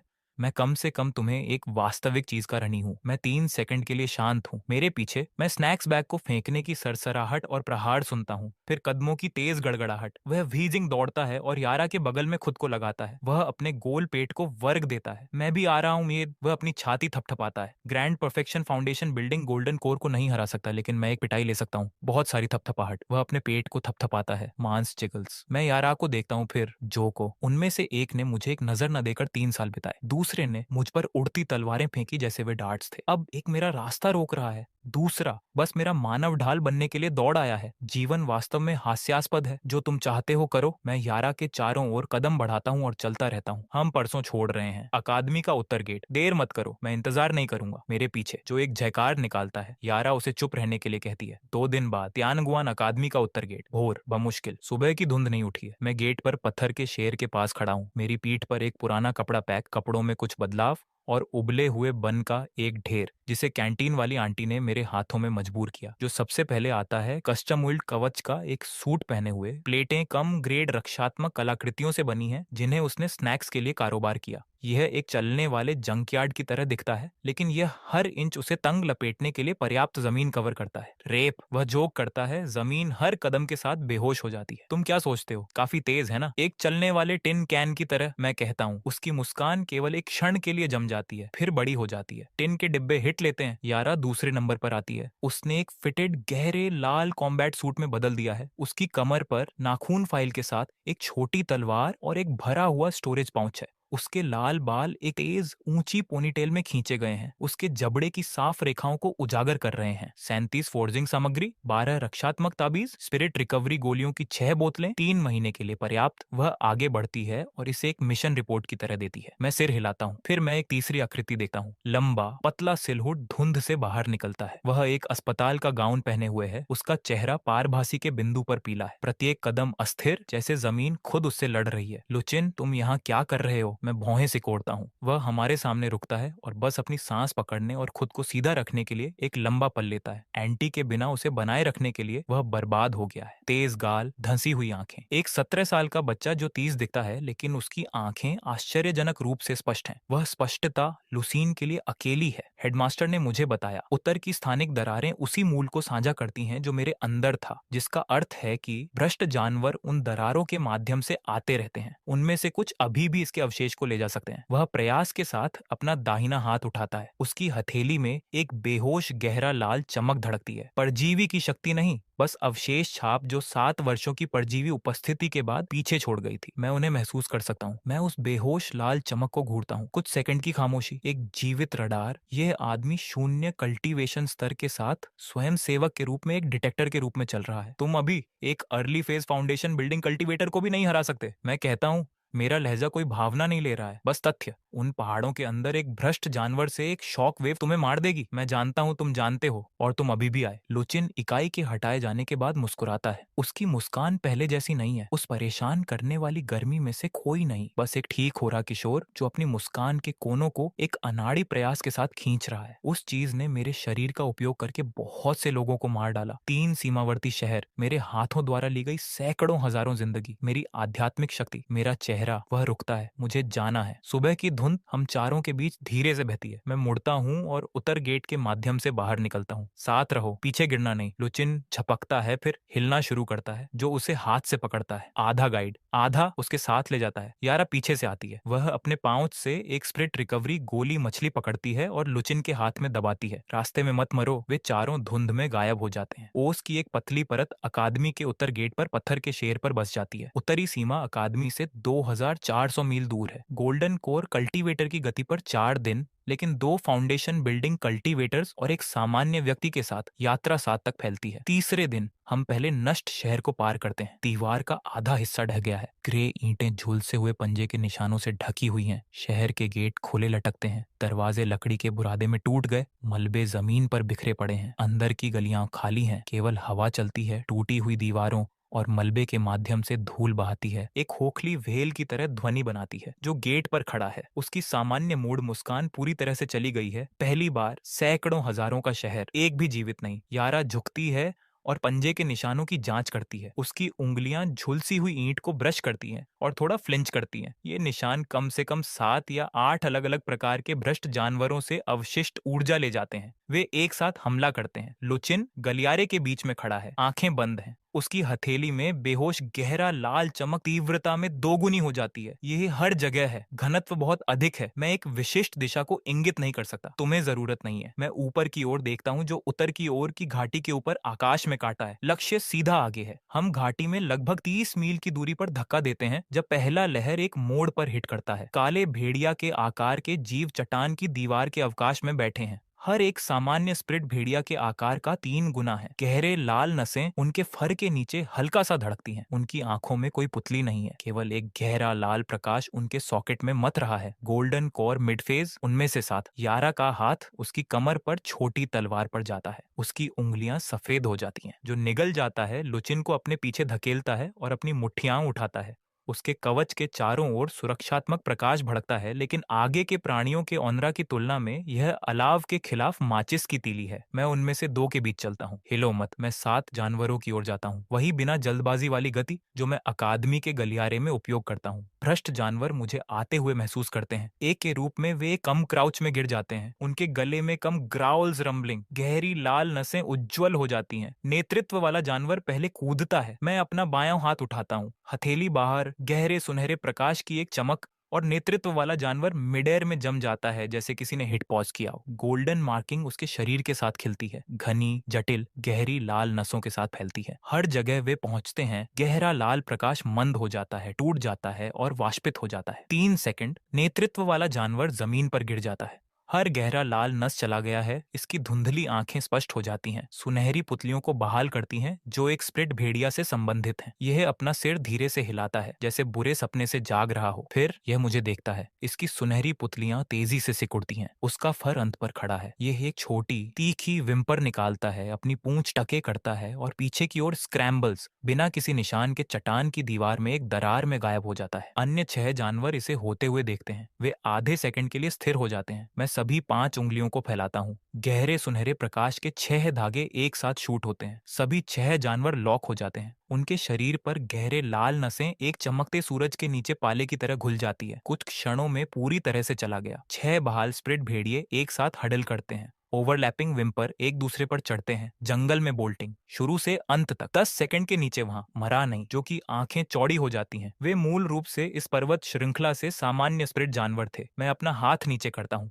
दरार से भ्रष्ट ऊर्जा ने उनके दिमाग को मिटा दिया, उन्हें भ्रष्ट जानवरों में बदल दिया। भ्रष्टाचार हटाओ और वे वापस आ जाते हैं। लुचिन उन भेड़ियों की दिशा में घूरता है जो गायब हो गए। विचारशील, वही मेरे जैसे। मैं उसे देखता हूँ और कुछ नहीं कहता। जितना गहरा हम जाते हैं, लहरें उतनी ही अधिक बार होती हैं और जानवर उतने ही बड़े होते हैं। मैं सामने से नेतृत्व करता हूँ। हर लहर में अपना हाथ उठाता हूँ और शुद्ध करता हूँ। यांत्रिक, सटीक, एक पूरी तरह से कैलिब्रेटेड शुद्धिकरण मशीन की तरह। गहरा सुनहरा प्रकाश बार बार भड़कता है। लहर के बाद लहर। भ्रष्ट जानवर खुद में वापस आते हैं और हर दिशा में बिखर जाते हैं, लेकिन हमारी गति लुचिन के कारण धीमी होती रहती है। जितना करीब हम दरार के करीब आते हैं, हवा में भ्रष्ट ऊर्जा उतनी ही मोटी होती है और लुचिन का अवशेष छाप एक चुंबक की तरह कार्य करता है, आसपास के भ्रष्टाचार को सीधे उसमें खींचता है। उसका चेहरा पीला से ग्रे तक जाता है। उसके मुंह के कोने से खून बहता है। वह हर कदम के साथ कांपता है। रुको! यारा अपने पाउच से एक स्प्लिट रिकवरी गोली निकालती है और लुचिन के मुंह में दबाती है। फिर एक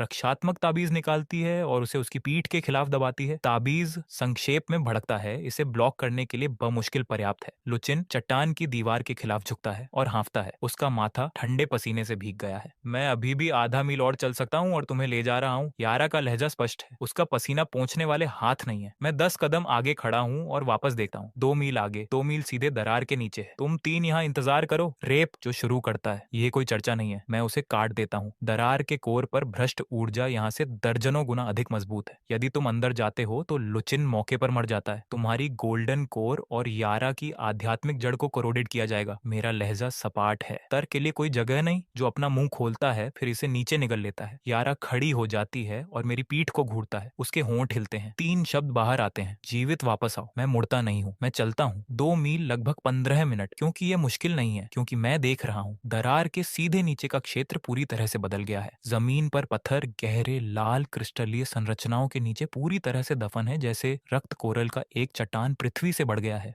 हवा भ्रष्ट ऊर्जा के साथ मोटी है। गहरा लाल धुंध जमीन के साथ दिखाई देता है। मेरे ऊपर दरार 100 गज से अधिक चौड़ी है। लगातार मुट्ठी के आकार के गहरे लाल ऊर्जा क्लस्टर को बहाती है, जो पृथ्वी की ओर गिरते हैं। हर एक जमीन से टकराता है और तेजी से फैलता है और एक नया भ्रष्ट जानवर बन जाता है। यही कारण है कि वे कभी आना बंद नहीं करते। दरार इस दायरे में बिना किसी रोक टोक के भ्रष्ट ऊर्जा डाल रही है। सब कुछ ये छूता है। हर जीवित चीज एक माइंडलेस हत्या मशीन में बदल जाती है। मैं सीधे दरार के नीचे खड़ा हूँ, आकाश के पार फटे गहरे लाल घाव को देख रहा हूँ। मेरा स्वर्गीय दिव्य ज्ञान दूसरी तरफ जगह में दरार हाथ के माध्यम से धक्का देता है। 1 सेकंड, मैं इसे वापस खींच लेता हूँ। दरार के दूसरी तरफ एक असीम गहरा लाल शून्य है। दर्जनों हजारों संस्थाएं इसमें तैरती हैं। वही प्रकार जो लुचिन के अंदर थी, लेकिन बहुत बड़ी और बहुत अधिक संख्या में। वे एक स्टार्विंग टिड्डियों के झुंड की तरह दरार के खिलाफ दबाते हैं, जो उद्घाटन को व्यापक बनाने की कोशिश कर रहे हैं। यदि वह दरार अपने ब्रेकिंग पॉइंट तक पहुंचती है तो वे सब माध्यम से आएंगे। जब ऐसा होता है तो तियानगुआन महाद्वीप को भूल जाओ। पूरा दायरा उनका फीडिंग ग्राउंड बन जाता है। मैं अपना ध्यान वापस खींचता हूँ। एक धीमी शांत सांस बाहर। मैं दोनों हाथ उठाता हूँ। गहरा सुनहरा प्रकाश मेरे शरीर के हर छिद्र से निकलता है, कुछ भी पहले से 100 गुना अधिक तीव्र। ये बाहर की ओर नहीं फैलता है, यह मेरी भुजाओं के साथ बहता है और मेरी हथेलियों के बीच इकट्ठा होता है। एक मुट्ठी के आकार के सुनहरे क्षेत्र में संघनित होता है। इसकी सतह दांव फल के समान मार्किंग के साथ एच्ड है। हर लाइन घूम रही है, बुनाई कर रही है। और नग्न आंख के लिए दृश्य गति से रिशेपिंग कर रही है। गहरा लाल दरार ऊपर शक्ति को महसूस करता है। यह हिंसक रूप से कांपता है। इसके किनारों से गिरने वाले ऊर्जा क्लस्टर अचानक तेज हो जाते हैं, जैसे दूसरी तरफ झुंड ने खतरे को महसूस किया है और उन्माद में अधिक शक्ति पंप कर रहा है। मैं हिलता नहीं हूँ। अपनी हथेली धीरे से उठाओ। सुनहरा क्षेत्र मुक्त हो जाता है। यह मेरे सिर के ऊपर 3 फीट मंडराता है और फैलना शुरू कर देता है। मुट्ठी के आकार का, तरबूज के आकार का, चक्की के आकार का गहरा सुनहरा प्रकाश पूरे क्षेत्र में भर जाता है। जमीन पर गहरे लाल क्रिस्टलीय संरचनाएं प्रकाश के नीचे एक तीखी भेदी दरार निकालती हैं। टुकड़े टुकड़े धूल में बिखर जाती हैं। System alert. प्लेयर स्वर्गीय कानून को सक्रिय कर रहा है। कारण और प्रभाव का अलगाव। वर्तमान आउटपुट नश्वर दायरे की अधिकतम दहलीज तक पहुंच रहा है। कृपया संयम का प्रयोग करें। मैं इसे अनदेखा करता हूं। कारण और प्रभाव का अलगाव। दांव फल के भीतर सबसे मौलिक कानून। जो कुछ भी मौजूद है उसका कारण और प्रभाव है। दरार कोई अलग नहीं है। लंबे समय पहले अतीत के अनगिनत युगों में संस्था दायरे और तियानगुआन महाद्वीप के बीच ऊर्जा का एक बेहोश पल्स पारित हुआ। उस एक्सचेंज ने बाल के धागे के रूप में एक कर्म धागा छोड़ दिया। इकाई ने तियानगुआन महाद्वीप का पालन किया और दरार से पहले 100 गज की दरार में उस धागे को फैलाने के लिए 7 साल बिताए। दरार को बंद करने के लिए कर्म धागे को काटा जाना चाहिए। सुनहरा क्षेत्र 30 फीट तक फैलता है और रुक जाता है। मैं गहरी सांस लेता हूँ। दोनों हाथ नीचे पटक दिए। क्षेत्र ऊपर की ओर शूट करता है, सीधे दरार के केंद्र में।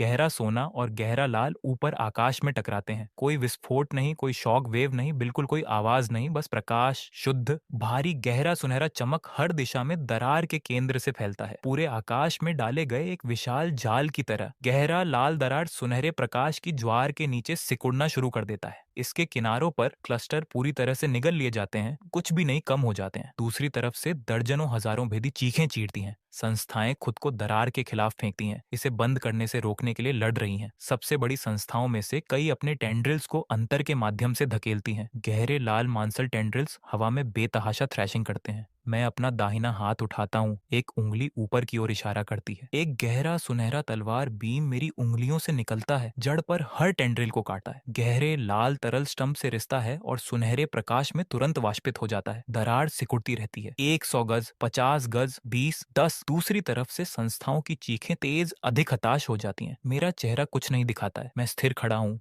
दाहिना हाथ अभी भी उठाया हुआ है। उंगली अभी भी ऊपर इशारा कर रही है। गहरा सुनहरा प्रकाश मुझसे एक स्थिर अंतहीन धारा में निकलता है। दरार के केंद्र में मंडराते सुनहरे क्षेत्र में खिलाता है। 5 गज 3 1। अंतिम क्षण में एक संस्था की आंख लगभग बंद दरार के माध्यम से निचोड़ती है। ये चक्की के पत्थर से बड़ी है। मेरा प्रतिबिंब उसके गहरे लाल पुतली से वापस देखता है। यह मुझे देखता है। उस पुतली में कुछ चमकता है, एक विचारशील प्राणी की बुद्धि की तरह कुछ। आधा सेकंड वह विशाल आंख और मेरी एक साथ बंद हो गई। वापस जाओ। दरार पूरी तरह से सील हो जाती है। सुनहरा क्षेत्र बिना किसी आवाज के घुल जाता है। अपना उद्देश्य पूरा किया। अनगिनत सुनहरे मौज में टूट गया जो बारिश की तरह गिरते हैं, जमीन पर बहते हैं, गहरे लाल क्रिस्टलीय मलबे पर, मेरे कंधों पर, मेरे बालों में। आकाश साफ नीले रंग में लौट आता है, जैसे स्वर्ग के उस घाव ने कभी अस्तित्व में नहीं था। मैं अपना हाथ नीचे करता हूँ। मैं अपनी कलाई रोल करता हूँ। थोड़ा दर्द, एक नरम घंटी। स्वर्गीय कानून, कारण और प्रभाव का अलगाव। निष्पादन पूरा हुआ। 2 लोगों के बीच कर्म धागा पूरी तरह से काट दिया गया है। दरार स्थायी रूप से बंद है। कुल दांव फल का उपभोग 0.3%। मैं उस संख्या को देखता हूँ। मेरे मुंह का कोना हिलता है। मैं मुड़ता हूँ और वापस चलता हूँ। 2 मील दूर चट्टान की दीवार के आधार पर,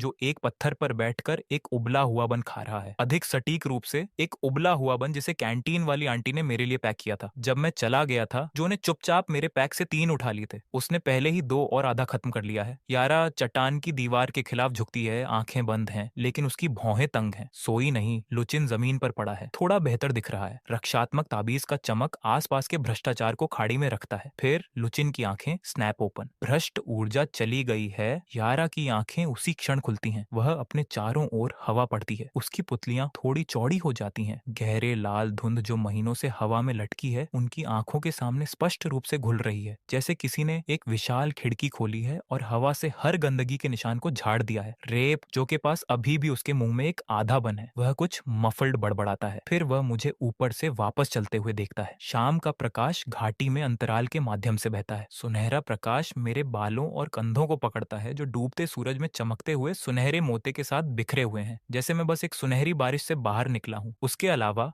जब हम छोड़े थे तब से कुछ भी नहीं बदला है। कपड़े बरकरार, बाल अनडिस्टर्ब्ड, सांस स्थिर। हो गया? यारा पूछती है। हो गया। मैं अपने पुराने कपड़े पैक की ओर चलता हूँ और इसे खोलता हूँ। 3 बन गायब हैं। मैं जो की ओर देखता हूँ, जो अपनी पीठ के पीछे बन का आखिरी आधा हिस्सा टके करता है, पूरी तरह से निर्दोष दिख रहा है। मैं इसे जाने देता हूँ। मैं आखिरी पूरा बन निकालता हूँ, इसे आधा में बांटता हूँ। आधा लुचिन के पास जाता है, वह इसे लेता है और रुकता है। धन्यवाद, कैंटीन वाली आंटी ने उन्हें बनाया। मैं अपने आधे में काटा हूँ, 2 चबाना ठंडा। वापस यात्रा यहाँ के रास्ते से आसान है। भ्रष्टाचार खत्म होने के साथ वान्याओं पर्वत वही लौट आते हैं जो वे एक बार थे। ऊंचे प्राचीन पेड़, साफ धाराएं, स्पिरिट जानवर अंडरग्रोथ से अपना सिर बाहर निकालते हैं। जो जीव एक बार भ्रष्ट जानवरों में मुड़ गए थे, अब छोटे समूहों में पहाड़ों में घूमते हैं, आंखें साफ, सतर्क। जब हम चारों घाटी से बाहर निकलते हैं तो आकाश पूरी तरह से अंधेरा हो गया है।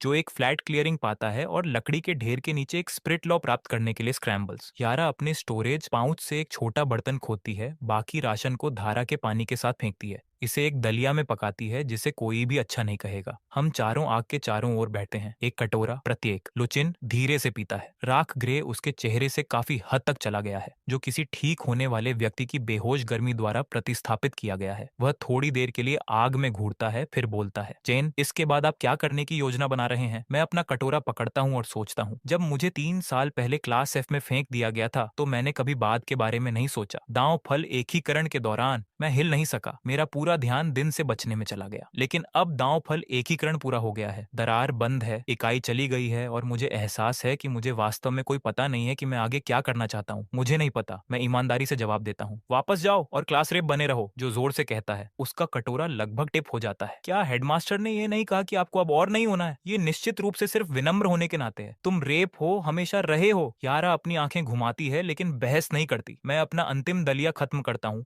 और कटोरा नीचे रखता हूँ। मैं पीछे झुकता हूँ और ऊपर देखता हूँ। वान्याओं पहाड़ों के ऊपर का रात का आकाश लगभग अनुचित रूप से स्पष्ट है। मिल्की वे अंत से अंत तक फैला है, काले मखमल के पार बिखरे हुए हीरे की तरह स्टारलाइट। 3 साल के लिए मैं हर दिन उस क्लासरूम में बैठा और आकाश को कभी नहीं देखा। फिलहाल वापस चलते हैं, मैं कहता हूँ। हम पता लगा लेंगे। कैंप फायर पॉप और क्रैकल करता है, चिंगारी को अंधेरे में भेजता है जहां वे सितारों के साथ मिश्रण करते हैं। जो एक पूर्ण डकार निकालता है, एक चट्टान के खिलाफ पीछे झुकता है और खर्राटे लेना शुरू कर देता है। यारा अपनी जैकेट उतारती है और लुचिन के ऊपर लपेटती है, फिर दूसरी चट्टान के खिलाफ अपने घुटनों के चारों ओर अपने हाथ लपेटती है और अपनी आंखें बंद कर लेती है। मैं आग के पास बैठता हूँ, हाथ एक साथ बंधे हुए, ठुड्डी को अपनी भुजाओं पर टिकाए हुए। वही मुद्रा जो मैंने 3 साल के लिए उस पोडियम के पीछे रखी थी। लेकिन इस बार मेरी आंखें बंद नहीं होती हैं। मैं आग को देखता हूँ। मैं आग की रोशनी को 3 सोते चेहरों पर गिरते देखता हूँ। मैं सितारों की अंतहीन नदी को ऊपर देखता हूँ। 3 साल के लिए मैं एक पत्थर की मूर्ति थी, गतिहीन, अछूत। अब आखिरकार मैं खड़ा हो सकता हूँ।